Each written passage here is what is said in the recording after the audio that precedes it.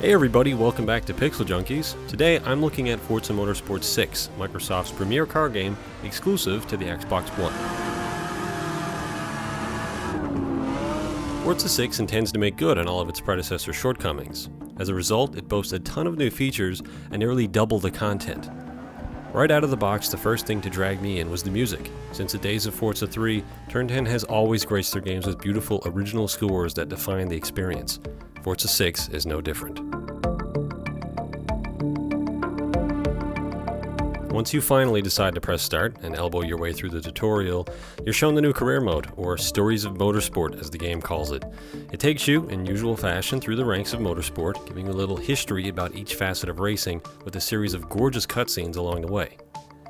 You're spoiled for choice too when it comes to different types of racing. Everything from touring cars to GT, V8 supercars, Le Mans prototypes, Can-Am, classic open wheel, IndyCar, F1, and even the entire 2015 Formula E grid await you. There are 5 volumes in total that span slow starter cars all the way to those Le Mans prototypes, of which you'll need to race through to unlock the next. In each volume there are 3 different series, each with 6 subsets of events, all with different vehicle restrictions. Unlike the previous game, which allowed you to use any car in any class for just about every event, FORZA 6 has reintroduced those vehicle class restrictions from FORZA 4. While I do appreciate the idea of some freedom when it comes to career mode, I also find that people fall into a groove and then tend to stay there. FORZA 6 encourages you to leave that comfort zone, try new things, and challenge yourself, which in the grand scheme of things keeps it interesting. It also attempts to break up the monotony of a long series this time around with showcase events that you unlock periodically. These are of course entirely optional if you're having fun with whatever series you're doing, and can be done at any time from the Go Race menu. They include everything from 3-hour endurance races to cool 1980s Group 5 events, cone-laden autocross, and likely by some contractual obligation, one-on-one races against the Stig from some TV show called Top Gear. It's also worth noting that the new interface is really good. Each tab consists of all the relevant information, so when you want to hop around from buying cars to looking at them in Forza Vista, it's all there in front of you. The same goes for customization and all your settings. Oh, and for the first time ever in a Forza game, you can play as a female, which is pretty neat. Steering simulation is back, but this time feels a little more substantial.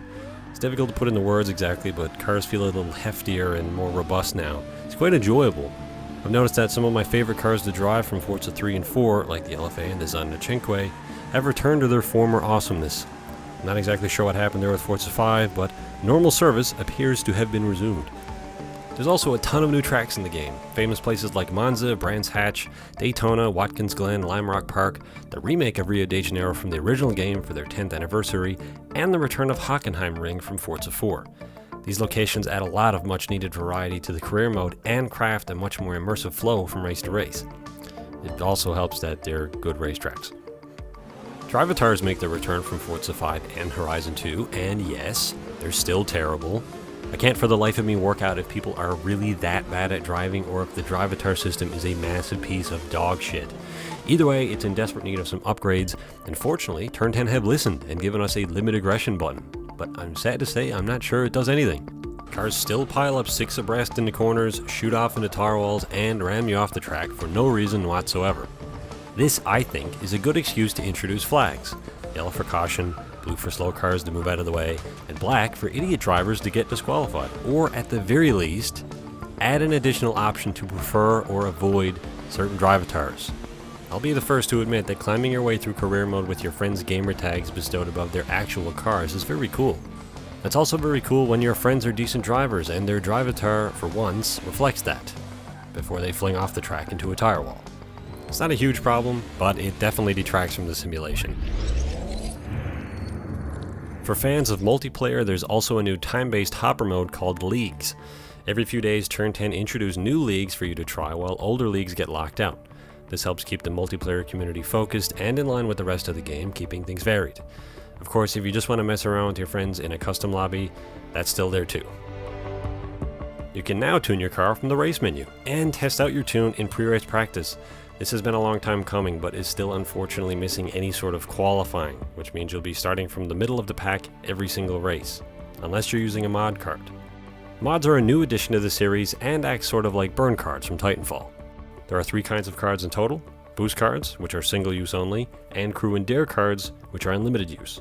Each card either makes life a little easier or harder, but usually give you some kind of bonus, whether it's performance, money, or XP.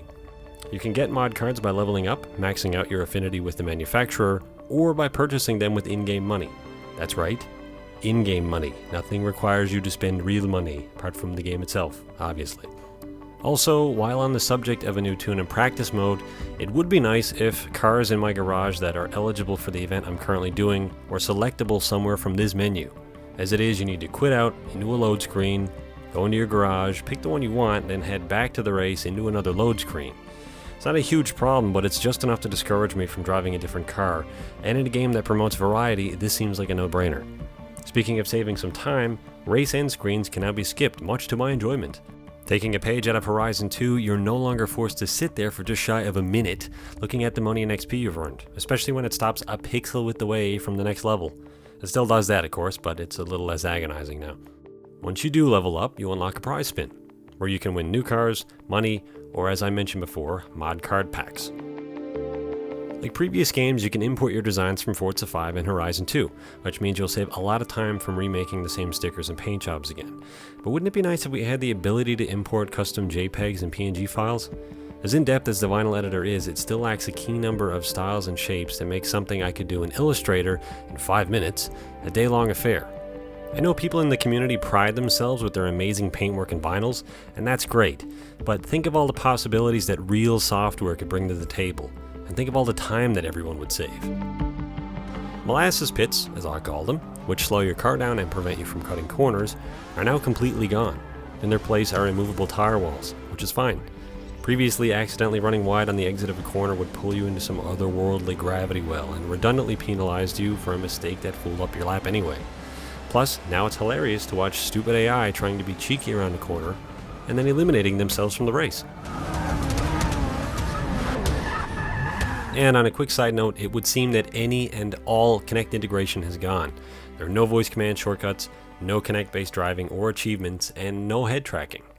Which frankly didn't work all that well in Forza 5, so it probably won't be missed. Anyway, the famous rewind feature makes its return to Forza 6, and as much as I enjoy being able to try ridiculous things in a race, and then after realizing they result in a spectacular fail, fixing my mistake, I can't help but think it's time for an upgrade.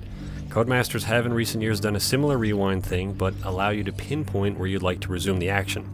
Forza most of the time rewinds for what feels like ages, undoing all of your heroic maneuvers, or only rewinds for a fraction of a second, giving you no time to save yourself from the impending doom. It might seem like a small complaint, but a resume anywhere function would not go unnoticed. Aside from paint jobs, customization remains a disappointment. It's about time we got an expanded set of bolt-on bits and splitters and exhaust tips and other things for cars that don't have libraries of aftermarket parts, or even some form of interior customization, maybe a set of fuzzy dice or an air freshener or something. In-car field of view has increased, slightly, but that alone helps aid in the sense of speed and better peripheral of your surroundings. It also means that you can usually see your rearview mirror and even a side mirror without having to turn your head. It is, however, annoying that the interior and exterior of the car still don't show up in the mirror reflections, nor can you see it when you look backwards. I find this confusing as every car has a fully modeled interior. You can even sit in the back of a lot of cars, and yet it's strangely invisible when you're doing a race. It is nice, however, that the track environments feel a little bit more authentic and lively now as well, with birds flying overhead and leaves blowing across the track, nearby vendors cooking overpriced hot dogs, TV helicopters thumping around trying to follow the action, and billions of dollars worth of fireworks exploding for races at a time. Cars reflect the world properly now too, albeit fairly low res, but no more of that generic HDRI nonsense from Forza 5. And tracks look all sorts of weathered as well. Not only are they riddled with skid marks and cracks, but some locations like Road Atlanta and Laguna Seca have dust and dirt embedded into them. And yes, these sections have different levels of traction. Turn 10 say there are 148 different kinds of surfaces, each with different properties. These properties multiply when you factor in changes in temperature, like if it's nighttime or raining.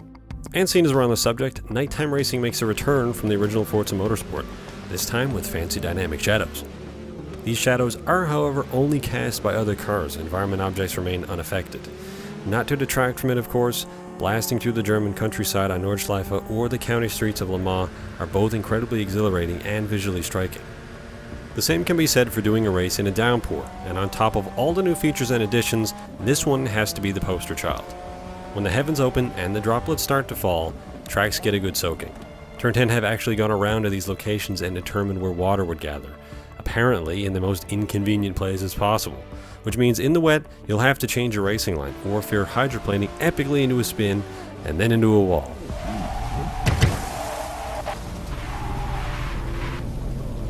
If you're doing all this cautious driving with the in-car view, you even get to watch dynamic rain droplets form and collect other tiny droplets, leaving trails as the G-forces fling them away. It's a small touch, but it's honestly one of the most impressive uses of little PNG files I've ever seen. And because it's dynamic, it simply never gets old. Be prepared to brake early and swerve unnecessarily just to watch as all those little raindrops dance around on your windshield. And if you're driving a convertible, even your steering wheel and gloves will get wet. But I think we can all agree it's kind of stupid that convertibles don't have their tops up in the rain, especially in older, much more valuable cars. This sort of thing made sense in Horizon 2 when it could start raining at any moment, but in Forza 6, it's either raining or it's not. If it weren't for the wet gloves and all that, I'd feel like it's a bit of an oversight, but I'll let it slide. Not all tracks have nighttime or rain options either, but no track has both night and rain together. Presumably the X-Bone would explode from the raw power necessary to render both at the same time. What's that? If only it was on PC? I know. One of the most confusing things though is that neither night nor rain options are available for the game's drool over your cars mode, Forza Vista. It seems like a missed opportunity to show off some crazy nighttime lighting or some sweet water streaks and reflections, but no. In fact, you're only given the choice between some kind of mountaintop villa in Rio and a secluded dark garage, probably also in Rio. Despite this, Forza Vista is still very impressive. The improved shaders and paint textures, combined with the more realistic lighting, gives each car an extra level of depth that makes pulling one apart a very special occasion. For some reason though, a few vehicles still don't have modeled engines or functional rear doors. I assume this boils down to resource availability, but at the same time one of the cars without functioning rear doors is the BMW X5. A car I doubt is very hard to get a hold of, so who knows. And while I'm complaining, I think it's about time we got analog odometers that work. It's another small complaint, but digital odometers work, so I can't help but assume that with this technology already in place, it can't be that much harder to implement.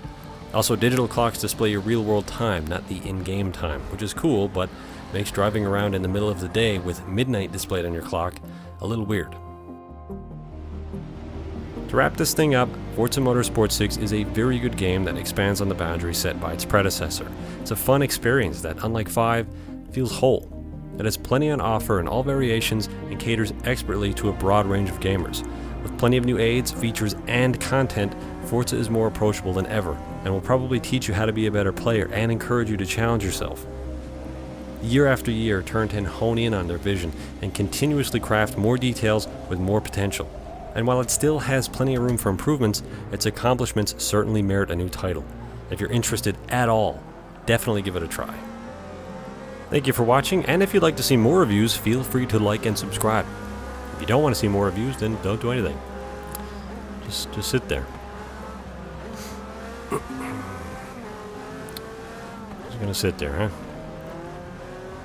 Alright.